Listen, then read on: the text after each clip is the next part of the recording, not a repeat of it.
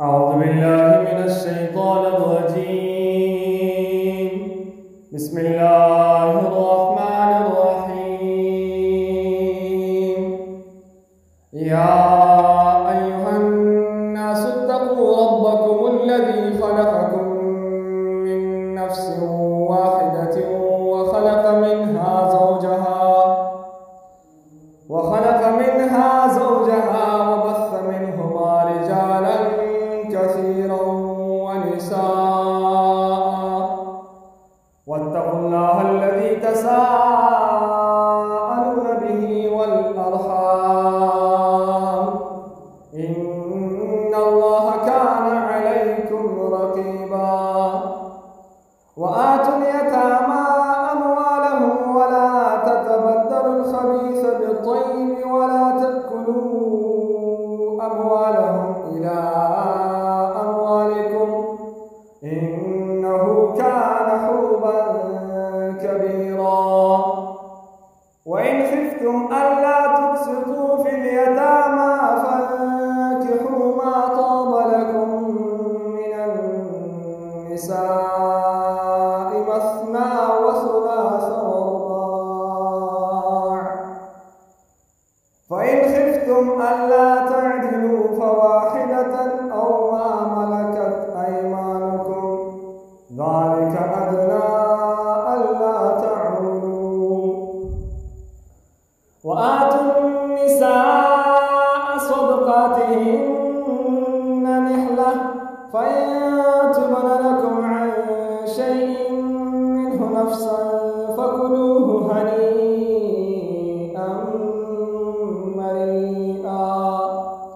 ولا تؤتوا السفهاء أموالكم التي جعل الله لكم قياما وارزقوهم فيها واكسوهم وقولوا لهم قولا معروفا.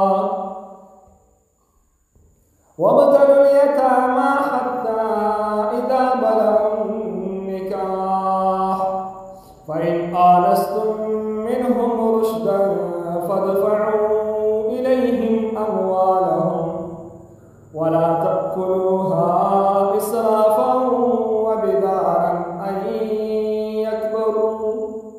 ومن كان غنيا فليستعفف ومن كان فقيرا فليأكل بالمعروف. فإذا دفعتم إليهم أموالهم فأشهدوا عليهم وكفى بالله حسيبا. للرجال نصيب مما ترك الوالدان والأقربون وللنساء نصيب مما ترك الوالدان والأقربون مما قل منه أو كثر نصيبا مفروضا. وإذا حضر القسمة أولو القربى واليتامى والمساكين فارزقوهم منه وقولوا لهم قولا معروفا. وليخشى الذين لو تركوا من خلفهم ذرية ضعافا خافوا عليهم فليتقوا الله وليقولوا قولا سديدا. إن الذين يأكلون أموال اليتامى